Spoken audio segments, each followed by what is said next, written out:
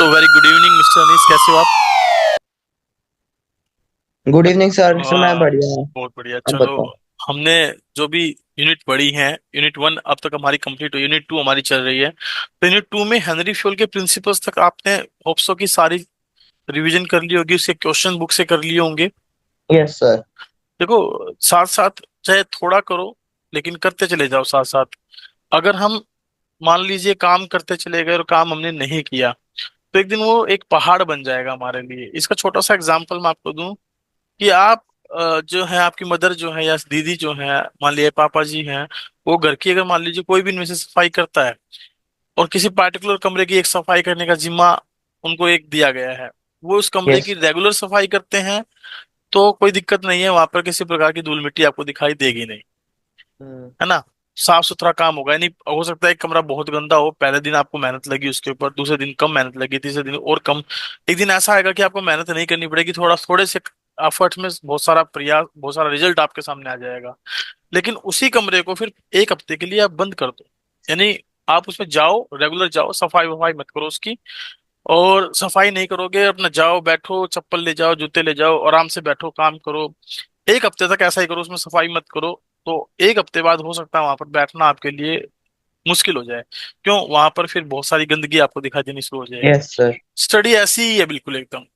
अगर regularly basis पर हम चाहे थोड़ा पढ़ लें, ज्यादा पढ़ लें, कितना भी पढ़ लें, जितना भी पढ़ें, उतना रेगुलरली रिवाइज करेंगे ना, तो पॉसिबिलिटी है कि वो हमारे माइंड में सेट होता चला जाए। लेकिन अगर मान लीजिए हमने पढ़ा थोड़ा और उसको भी अगर हमने स्टडी नहीं किया, तो वो थोड़ी सी चीज भी हमारे लिए आने वाले समय में डिफिकल्टी बन जाएगी। वहां हम अपने आप को फेल महसूस करेंगे। तो यस। ये रिक्वेस्ट है मेरी आपसे भी और सभी से भी, कि भाई जितना भी पढ़ें आप उतना मन लगा के पढ़ें, चाहे थोड़ा पढ़ें चाहे ज्यादा पढ़ें, और जितना पढ़ते हैं उसको रिवाइज जरूर करें। इस बात के इंतजार में ना रहें कि एग्जाम आने वाला है तो एग्जाम से एक दिन पहले पढ़ूंगा, या एग्जाम से एक महीने पहले पढ़ूंगा। उस एक महीने पहले पढ़ने में जो प्रेशर आपके माइंड पे आएगा ना, वो पूरी जो है, अगर होल ईयर अगर आप रिवीजन करते, तो उसका सामना आपको नहीं करना पड़ता। आप बिल्कुल कॉन्फिडेंटली, बिल्कुल रिलैक्स माइंड से आराम से बैठते, बाकी लोग पढ़ रहे होते और आप लोग रिलैक्स कर रहे होते। तो इसी यस के सर। साथ चलो हम अपनी क्लास कंटिन्यू करते हैं, और आज हम लोग डिस्कस करेंगे साइंटिफिक जो प्रिंसिपल्स हैं गिवन बाय F.W. टेलर, उनके बारे में हमारा डिस्कशन रहेगा। टोटल 4 प्रिंसिपल्स हम लोग बेसिकली डिस्कस करेंगे, और उन 4 पर ही ओके सर। हमारी ये क्लास आज की रहने वाली है। चलिए, आज का टॉपिक है Taylor's scientific management. Taylor's scientific management का डायरेक्ट हम अगर मतलब समझें, तो सिर्फ हमारे पास यही है कि science note rule of thumb. Science note rule of thumb, ये एक प्रिंसिपल भी है जो F.W. टेलर ने हमें दिया है। Science note rule of thumb, इसका मतलब क्या है? इसका सिंपल सा मतलब है कि हम कोई भी काम करें विद लॉजिक करें, लॉजिकली साइंटिफिक स्टडी करके, फिर उसके बाद करें, उसके प्रोज एंड कॉन्स दोनों चेक किए जाएं कि भाई ये हमारे लिए फायदेमंद है या नुकसानदेह है, तब जाकर उस काम को हम करने के बारे में सोचें। तो pro and cons scientific way में, एनालिटिकल वे में करने के बाद हम लोग जब मैनेजमेंट करते हैं, तो उसे ही हम टेलर से साइंटिफिक मैनेजमेंट के नाम से जानते हैं। अब टेलर के बारे में थोड़ा सा डिस्कशन कर लेते हैं। इनका पूरा नाम है Frederick Winslow Taylor, F.W. Taylor, जिनका टाइम स्पेन बहुत ही छोटा रहा, जो 1856 में पैदा हुए और 1915 में चल बसे। मार्च 20 और मार्च 21, तो मतलब एक बहुत लिमिटेड समय में, यूं कहिए कि 44 + 15, 59 ईयर्स की उम्र में वो चल बसे, जो ज्यादा उम्र नहीं मानी जाती। उन्होंने काफी सारी ऐसा क्रांतिकारी जो है ना मोड़ मैनेजमेंट में लाके छोड़ दिया, कि आजकल लोग इनके प्रिंसिपल्स को काफी मतलब बड़े लेवल पर यूज करने लगे हैं। ये प्रोफेशनल जो थे, प्रोफेशन से क्या है, एक मैकेनिकल इंजीनियर थे। और अगर हम हेनरी फ्यूल की बात करें, तो वो क्या थे अनीस? अगर हम बात करें यस सर। हेनरी फ्यूल के बारे में, तो वो प्रोफेशन के तौर पर क्या थे? उनका क्या प्रोफेशन था? सर हेनरी फ्यूल का। हाँ, ये तो एक मैकेनिकल इंजीनियर थे। वो कौन यस से सर। इंजीनियर थे? सर सर वो देखिए यहां से थोड़ा सा पता लगता है कि हमने कितना रिवीजन किया है। वो माइनिंग इंजीनियर थे। यस सर, माइनिंग और इंजीनियर। मैंने आपको बताया था कि एक क्वेश्चन जो है वो इनके प्रोफेशन पे हमसे एक नंबर में पूछ लेता है। प्रोफेशन के तौर पे ये मैकेनिकल इंजीनियर थे, वो माइनिंग इंजीनियर थे। और पिक्चर दोनों की आपको ध्यान रखनी है, कई बार पिक्चर के बेस पे पिक्चर बेस्ड क्वेश्चन आ जाता है।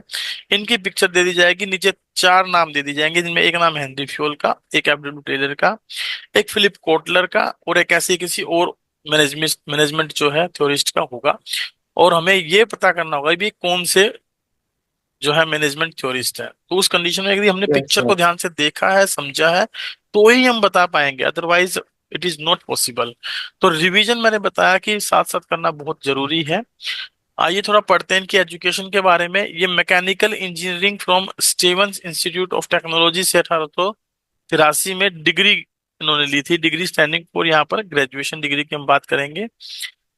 उसके बाद अगर हम बात करें इन्होंने किन किन पोजीशंस पर काम किया, तो ये एज एन अप्रेंटिस मैकेनिस्ट रहे इन 1874 में।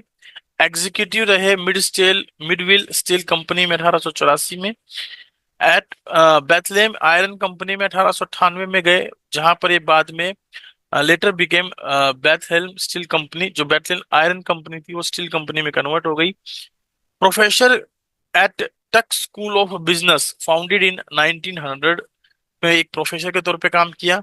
और ये American society of mechanical engineer के प्रेसिडेंट भी रहे 1906 से 1907, यानी कि एक साल के लिए। इनको हम founder of scientific management movement के नाम से जानते हैं। यानी कि जो एफ डब्ल्यू टेलर हैं उनको हमने साइंटिफिक मैनेजमेंट के फादर के तौर पे समझा है कि he is to be known as father of scientific management. इन्होंने कुछ पुस्तकें भी लिखी। उन पुस्तकों में अगर बात करें तो साइंटिफिक मैनेजमेंट की सीरीज में आर्टिकल्स इन्होंने जो पब्लिश किए अमेरिकन मैगजीन में ड्यूरिंग मार्च में 1911, later published in book form like concrete plain and reinforced in 1906, notes on belting in 1893, on art of cutting metals in December 1906, a piece rate system in June 1895, जो कि काफी famous book रही है इनकी। A piece wage rate system एक technique के तौर पे इस बुक को काफी सारे मैनेजमेंट इंस्टीट्यूट ने अडॉप्ट किया, और काफी सारे ऑर्गेनाइजेशन में इसको एज ए टेक्निक के तौर पे यूज भी किया जाता है। Making of putting green as series of article published in 1915, not for genius but for the average man, published in the American magazine in March 1918। ये कुछ इनकी बुक्स हैं जो उन्होंने पब्लिश की। टेलर का जो कंट्रीब्यूशन रहा साइंटिफिक मैनेजमेंट में, तो उसमें मैं सिंपल यही बताऊंगा। इसको आप एक बार रीड करेंगे। चार बेसिक प्रिंसिपल इन्होंने हमें दिए, और चार प्रिंसिपल के साथ साथ कुछ 7 to 8 टेक्निक्स इन्होंने बताई जिनके अकॉर्डिंग हमें काम करना है। तो उन चार प्रिंसिपल्स प्लस 7 to 8 टेक्निक्स के बारे में हमें स्टडी करना है। हम आज जो बात करेंगे चार साइंटिफिक प्रिंसिपल्स के बारे में बात करेंगे। अगर मैं साइंटिफिक प्रिंसिपल्स के बारे में बात करूं, तो पहला प्रिंसिपल जो है हमारा वो कौन सा प्रिंसिपल है? That is science note rule of thumb. जो इन्होंने साइंटिफिक, ओहो एक मिनट होल्ड करना पड़ेगा।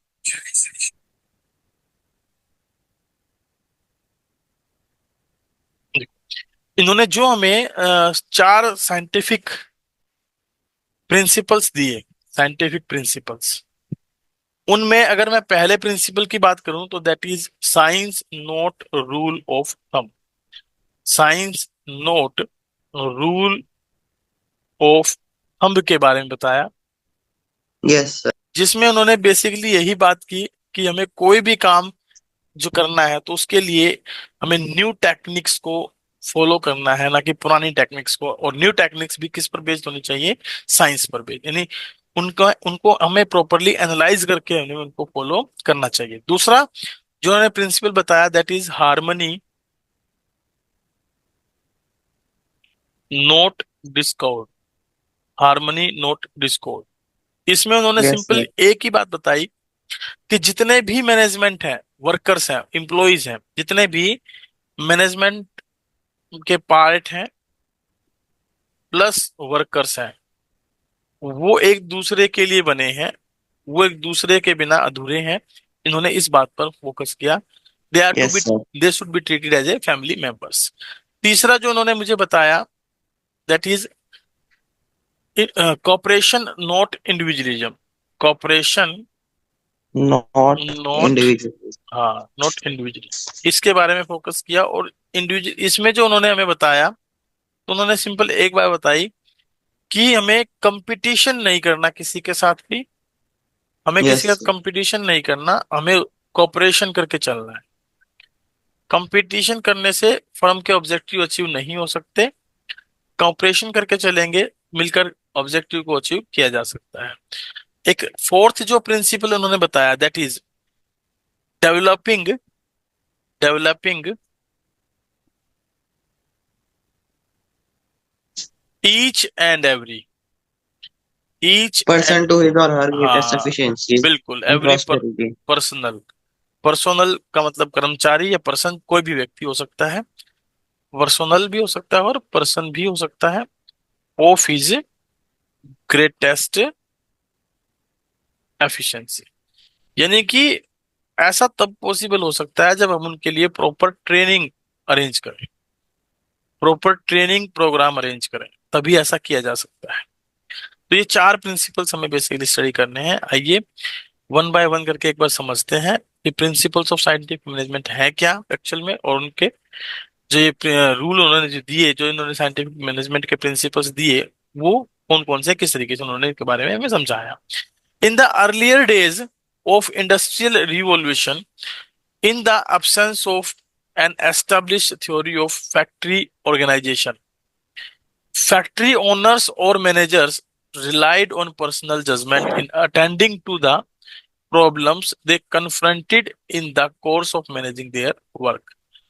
ये कहते हैं कि भाई, जैसे जो स्टार्टिंग के डेज थे इंडस्ट्रियल रिवॉल्यूशन के, उस दौरान थ्योरी ऑफ फैक्ट्री ऑर्गेनाइजेशन नहीं होती थी। फैक्ट्री ओनर्स और मैनेजर्स इस बात पर विश्वास करते थे कि जो पर्सनल जजमेंट है, वही अटेंडिंग टू द प्रॉब्लम्स, उन्हीं के थ्रू वो प्रॉब्लम्स को अटेंड करते थे, and they confronted in course of managing their work, और उसके अकॉर्डिंग ही अपने काम को वो मैनेज करने की कोशिश करते थे। This is what is referred to as rule of thumb, जिसे हमने बेसिकली रूल ऑफ थंब मान लिया। यानी कि जो टेक्निक, जो थ्योरी हमारे पास अवेलेबल है, हम उसी के अकॉर्डिंग काम करेंगे, उसके अलावा कोई नई चीज हम अपने बारे में, अपने काम के बारे में नहीं सोचते थे। So managing factories by rule of thumb enabled them to handle the situation as they arose, but suffered from the limitation of trial and error approach। यानी कि ये जो फैक्ट्री रूल्स थे या रूल ऑफ थंब जिनको हम follow करते थे फैक्ट्री में, उनसे क्या होता था कि वो अपनी जो प्रॉब्लम थी, सिचुएशन थी, उनको तो वो हैंडल कर लेते थे, लेकिन सबसे बड़ी जो कमी रहती थी, लिमिटेशन जो उन्हें फॉलो करनी पड़ती थी, वो करनी पड़ती थी trial and error approach. So trial and error approach का मतलब ये था कि इनको बार बार बार बार किसी काम को करके देखना, और उससे आने वाले रिजल्ट से वो वंचित रह जाते थे। वो एक ही अप्रोच फॉलो करते थे, जिसकी वजह से उनके काम में परफेक्शन नहीं हो पाती थी। यानी उनका काम उसी पैटर्न पर होता था जो ओल्ड सिस्टम में हम लोग करते थे, ओल्ड टेक्निक्स के बेसिस पे किया जाता था। For their experiences to be emulated, it was important to know what works and why does it work। धीरे धीरे जैसे जैसे एक्सपीरियंसेस हुआ, तो उन्होंने इस भरम को तोड़ दिया, इम्यूलेट कर दिया कि भाई क्या करना है, कैसे करना है, क्या काम किया जाएगा, कैसे किया जाएगा, इस पर वो सोचना स्टार्ट कर दिया। इस वो चीज उनके लिए इंपॉर्टेंट हो गई। For this there was a need of follow an approach was based on method of science. और उसके लिए उनको एक ऐसी अप्रोच की जरूरत पड़ी जो साइंस पर बेस्ड थी। डिफाइनिंग अ प्रॉब्लम, जिसमें एक प्रॉब्लम को सबसे पहले डिफाइन किया जाता था। डेवलपिंग अल्टरनेटिव सॉल्यूशन, उनके अल्टरनेटिव सॉल्यूशन पर फोकस किया जाता था। Anticipating the problems, anticipating and drawing the conclusions, जो कंक्लूजन होते थे उनको हम मतलब फोरकास्ट करते थे। एंटिसिपेटिंग स्टैंडिंग फॉर फोरकास्ट करते थे और कंक्लूजन निकालते थे। In this scenario Taylor emerges as the father of scientific management. और इस दौरान जो टेलर है, वो एक साइंटिफिक मैनेजमेंट के फादर के तौर पर उभर कर हमारे सामने आए। He propose scientific management as oppose to rule of thumb. उन्होंने साइंटिफिक मैनेजमेंट को जो रूल ऑफ थंब था उसके अपोजिट रख दिया बिल्कुल। उन्होंने कहा कि रूल ऑफ थंब जो है वो हमें फॉलो नहीं करना, हमें हर एक चीज को प्रॉपरली एनालाइज करना है, साइंटिफिक वे में समझना है, then thereafter we have to adopt it. हमें प्रॉब्लम उसमें बतानी है, उसके अल्टरनेटिव सॉल्यूशंस ढूंढने हैं, और उसके बाद कंक्लूजन्स निकालने हैं, फिर जो सबसे बेस्ट हो उसको इम्प्लीमेंट करना है। तो he broke up human activities into small parts and found out how it could be effectively could be done effectively in less time with increased productivity। इसके लिए उन्होंने बहुत सारे एक्सपेरिमेंट भी किए। एक एक्सपेरिमेंट बताया जाता है कि उन्होंने ऐसा किया कि दो मजदूर एक साथ लगा दिए, और ईंट लगाने के लिए उन्होंने कहा कि आप ईंट लगाइए। तो उन्होंने दीवार खड़ी की, तो एक मजदूर ने एक दीवार खड़ी की जिसमें उसने 500 ईंट्स का यूज किया, एक मजदूर ने दीवार खड़ी की जिसमें उसने 1000 ईंट्स यूज कर ली, सेम टाइमिंग में। उनको सेम 8 घंटे का समय दिया गया। तो उस दौरान जिस वर्कर ने 1000 ईंट यूज कर ली, तो इसका मतलब है यदि वो 1000 ईंट यूज कर सकता तो सब यूज कर सकते हैं, एक ऐसा स्टैंडर्ड उन्होंने निकाला। तो ये उन्होंने अपने साइंटिफिक टेक्निक्स में इस तरीके की बातें बताई। So according to Taylor, scientific management means knowing exactly what you want man to do and seeing that they do it in best and cheapest वे।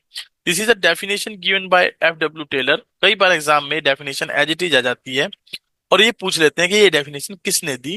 तो वहाँ Henry Fayol, F.W. Taylor, Philip Kotler या किसी third party का Adam Smith like इनका नाम आ जाता है। तो ये डेफिनेशन हम आदमियों से क्या करवाना चाहते हैं, और ये देखते हैं कि वो अपने काम को बेस्ट और चीपेस्ट वे में कर रहे हैं कि नहीं कर रहे हैं। साइंटिफिक मैनेजमेंट की डेफिनेशन है, और ये F.W. टेलर ने में दी है।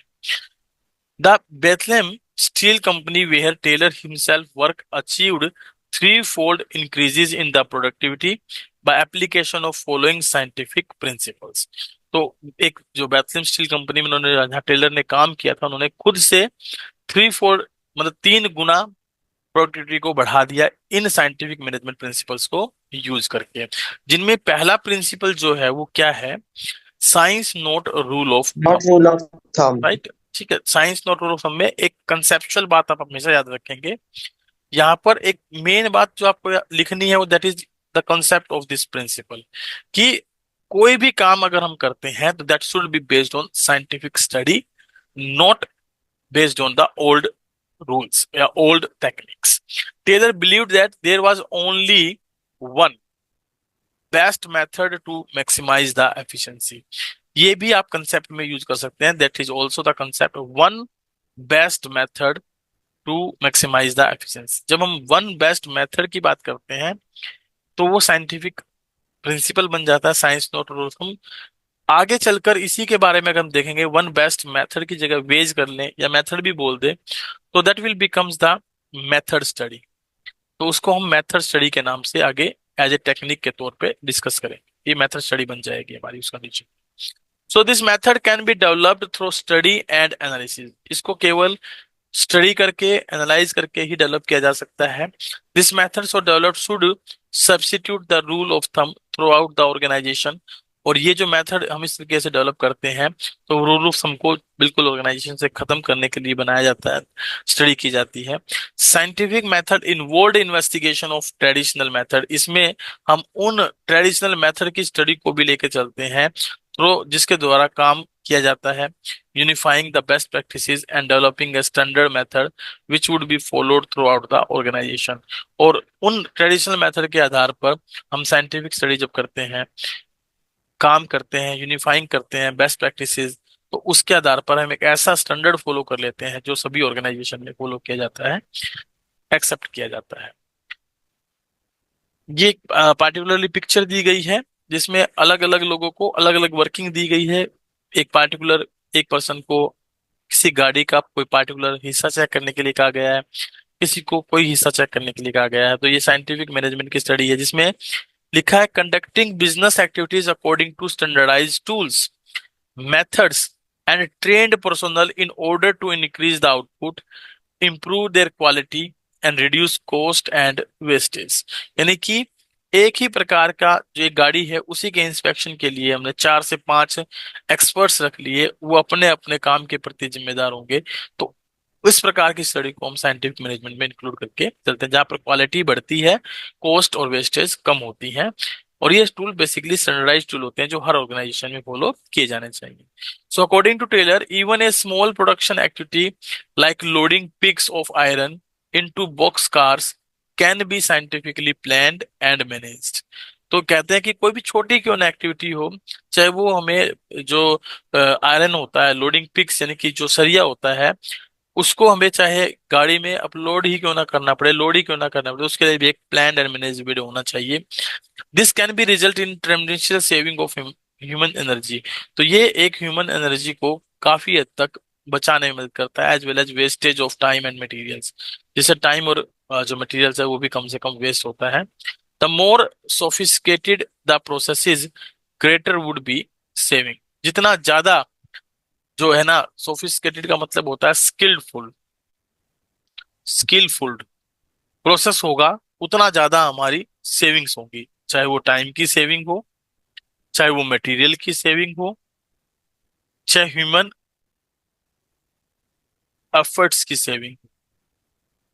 तो उतना ज्यादा वो सेव होंगी यदि ये टेक्निक्स, ये जो मेथड्स हैं वो स्किल्डफुल होंगे।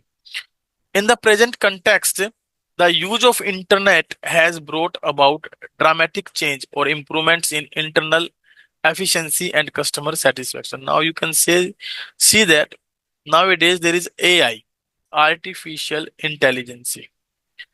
आर्टिफिशियल इंटेलिजेंस ने लोगों की पीपीटी प्रिपरेशन इतना आसान कर दिया, यस सर। है ना, वो चुटकियों में प्रेजेंटेशन बना लेते हैं। Yes sir. किसी भी क्वेश्चन का अगर हमें आंसर सर्च आउट करना है तो क्वेश्चन का आंसर हम इजिली फाइंड आउट कर लेते हैं। किसी प्रकार का क्विज फॉर्मेशन करना है तो क्विज इजिली हम प्रिपेयर कर लेते हैं।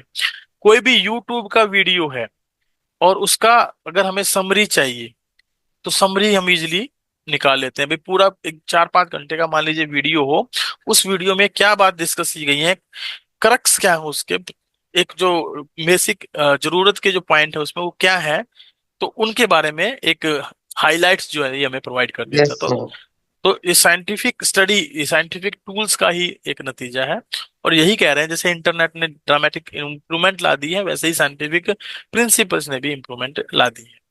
तो फर्स्ट जो प्रिंसिपल था science not rule of thumb, उसमें बेसिक फंडा क्या था कि we should focus on the scientific tools, scientific methods, scientific techniques, not on the old based techniques. Harmony not discord में जो मैनेजमेंट है और जो वर्कर है, जो वर्कर है, they should be treated as a part of family, part of family. उनके बीच में यस कोई सर। मतभेद नहीं होना चाहिए। They should feel that they are made for each other. अगर वो एक दूसरे के लिए समझेंगे तो ऑर्गेनाइजेशन गोल्स को, टूल्स को इजिली अचीव किया जाएगा।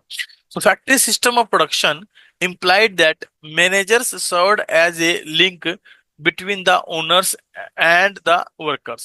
Since as managers they had the mandate to get work done from the workers। देखिए, जो हमने हेनरी फ्योल के प्रिंसिपल्स पढ़े थे, तो उन हेनरी फ्योल के प्रिंसिपल्स में हमने ये पढ़ा था कि जो हेनरी फ्योल हैं उन्होंने एडमिनिस्ट्रेटिव डिपार्टमेंट में चेंजेस लाए। मतलब वो उन्होंने जो प्रिंसिपल दिए वो एडमिनिस्ट्रेशन से बिलोंग करते हुए प्रिंसिपल्स दिए। जब हम बात करेंगे एफडब्ल्यू टेलर के बारे में, तो आपसे कोई पूछ ले तो इन्होंने किस पर फोकस किया, तो they focused on the employees efficiency. इन्होंने एम्प्लॉइज एफिशिएंसी पर फोकस किया, कैसे एम्प्लॉइज एफिशिएंसी को बढ़ाया जा सकता है by using the scientific principle, scientific techniques. Since the managers they had the mandate to get work done from the workers, it should not be difficult for you to appreciate that there always existed in the possibility of a kind of class conflict। तो यानी कि देखो, ये इसमें कोई doubt तो है ही नहीं कि भाई किसी प्रकार का कोई कंफ्लिक्ट ना हो, लेकिन फिर भी मैनेजर्स वर्सेस वर्कर्स जो है उनके बीच में एक हार्मनी होनी चाहिए। टेलर और reorganise that this conflict help none. उन्होंने बताया कि अगर इस तरीके का कोई कंफ्लिक्ट उनके बीच में बनता है, क्लास कंफ्लिक्ट का, तो वो कोई फायदेमंद बात नहीं है वर्कर्स एंड मैनेजर्स और फैक्ट्री ओनर्स के लिए, किसी के लिए भी वो फायदेमंद बात नहीं है। तो उन्होंने किस चीज पर फोकस किया, Taylor emphasise that there should be complete harmony between the management and the workers. Both should realize each one is important. According to Taylor, ये जो है बेसिकली हमारे इस प्रिंसिपल का मेन कॉन्सेप्ट है, जो हमारे आंसर में होना चाहिए जब भी आपसे पूछा जाए।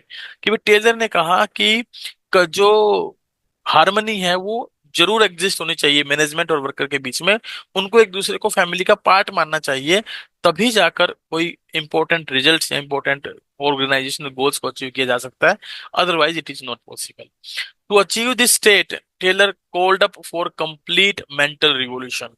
और इस बात को अचीव करने के लिए टेलर ने एक साइंटिफिक प्रिंसिपल के साथ साथ साइंटिफिक टेक्निक भी दी, जिसे हम मेंटल रिवॉल्यूशन के नाम से जानते हैं, on part of both management. It means that management and workers should transform there thinking.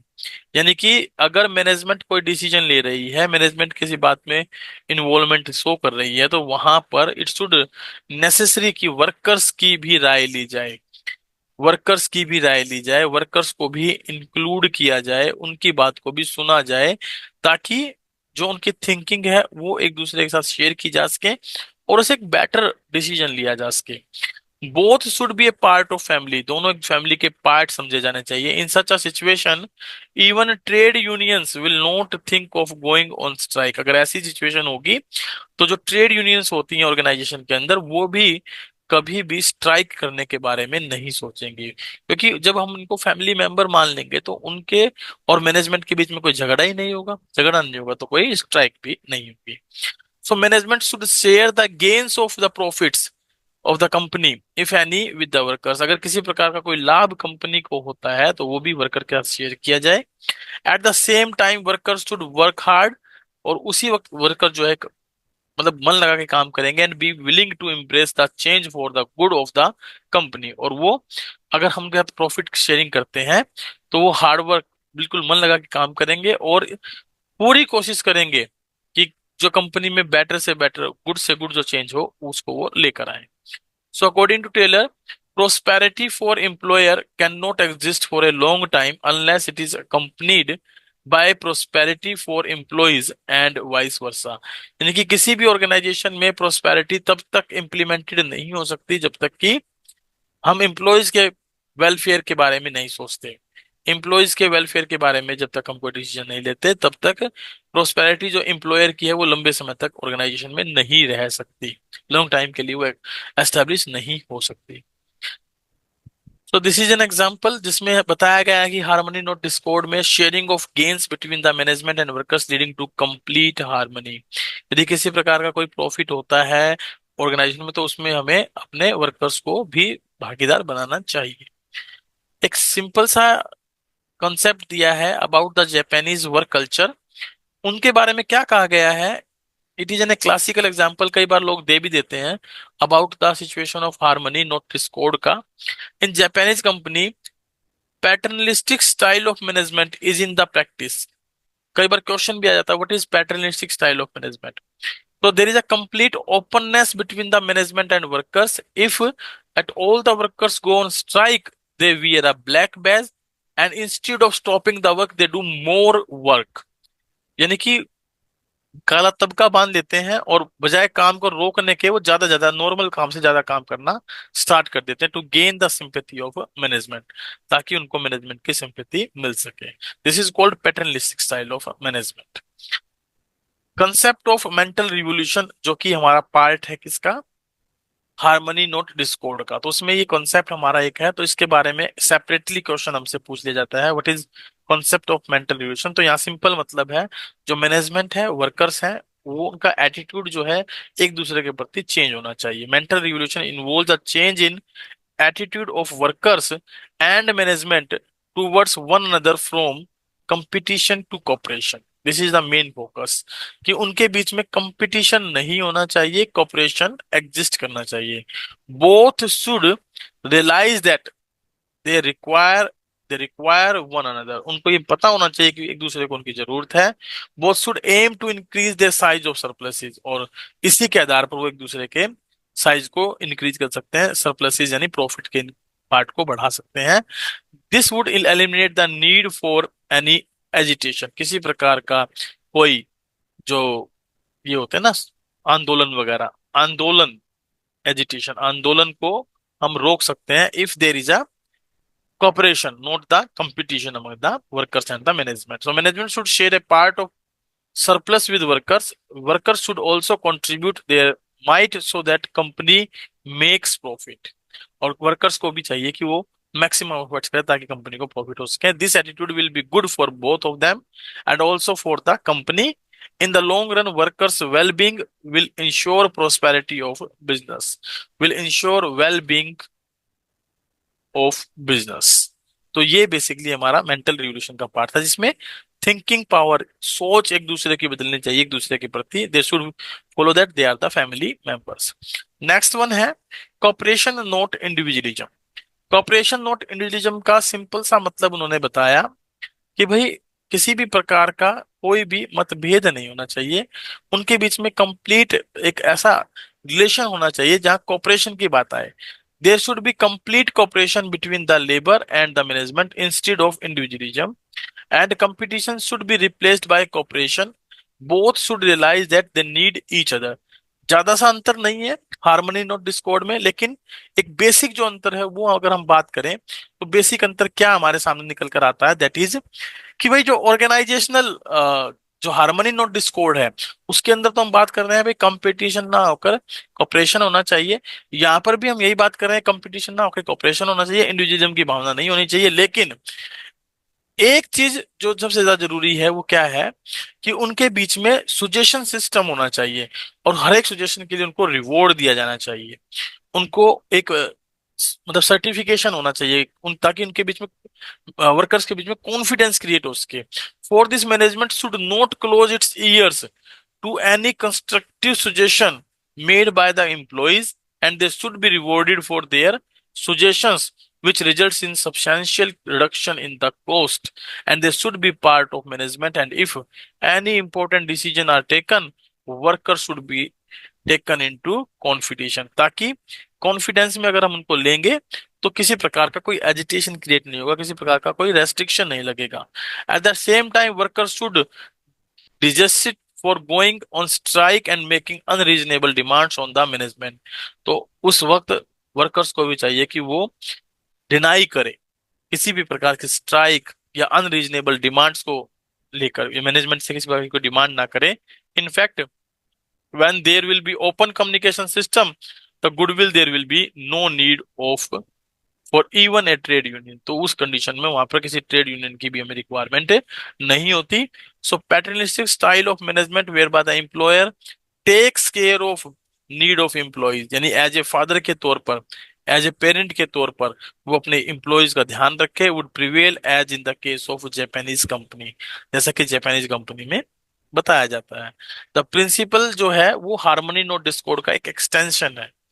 तो आपसे कई बार ये पूछा जाएगा which one is the extension of principle of harmony, that is cooperation not individualism. ये एक इंपॉर्टेंट पॉइंट, इंपॉर्टेंट क्वेश्चन है 1 mark का, ये आपको ये में यहाँ पर पता होना चाहिए.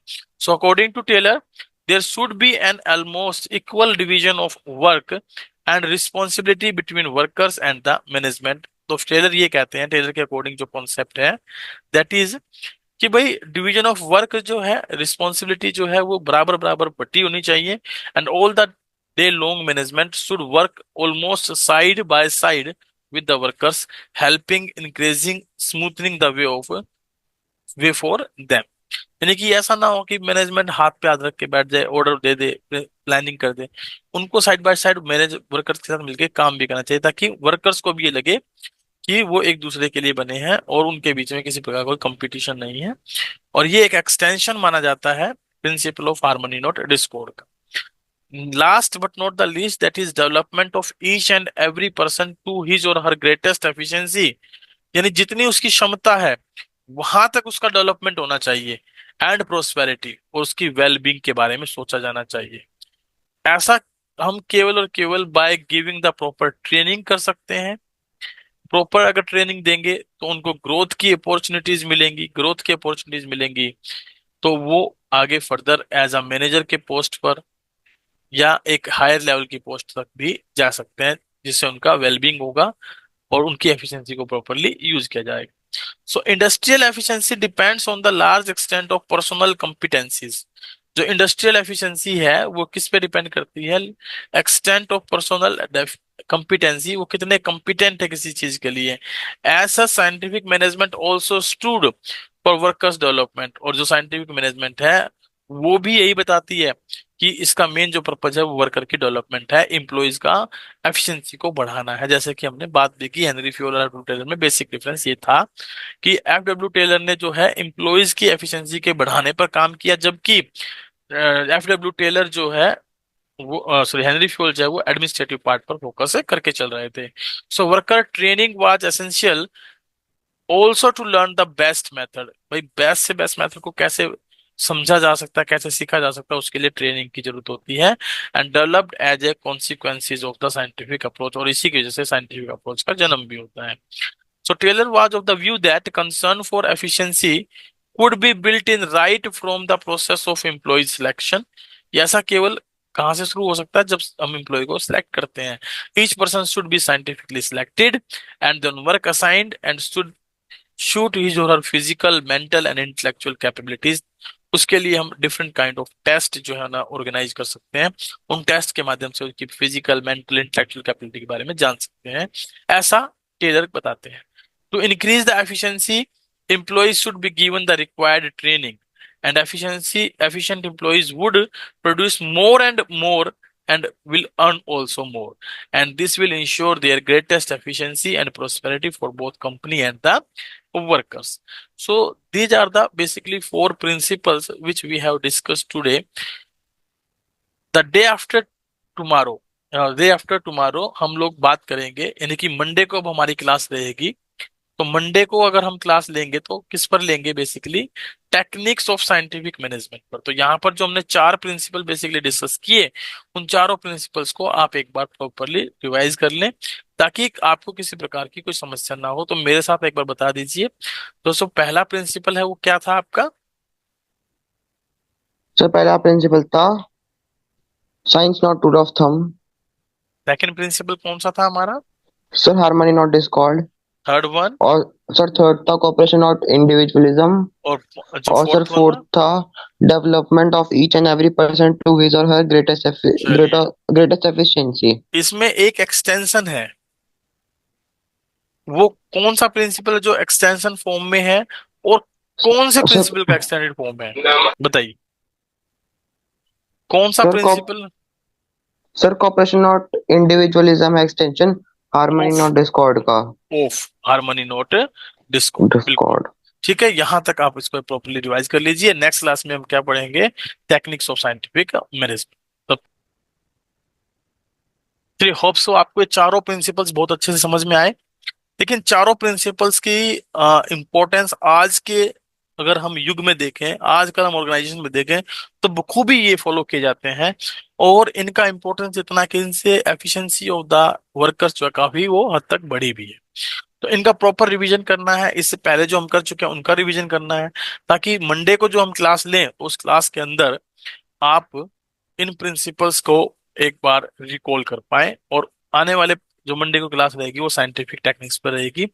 इस दौरान कल सैटरडे है और नेक्स्ट डे संडे है, तो मैं बीच में एक क्लास आपको जो हेनरी फ्यूल के प्रिंसिपल्स हैं या प्रिंसिपल्स ऑफ मैनेजमेंट है नॉर्मली, उनकी टेक्निक्स, उनकी फीचर्स, तो उस पर उनकी केस स्टडी बेस्ड क्वेश्चन और एमसीक्यू बेस्ड क्वेश्चन की क्लास आपको प्रोवाइड कर दूंगा। तो उस क्लास को आपने यूट्यूब से वॉच कर लेना है, इस चैनल से वॉच कर लेना है। हमारे चैनल का नाम क्या है? Viven sir commerce classes.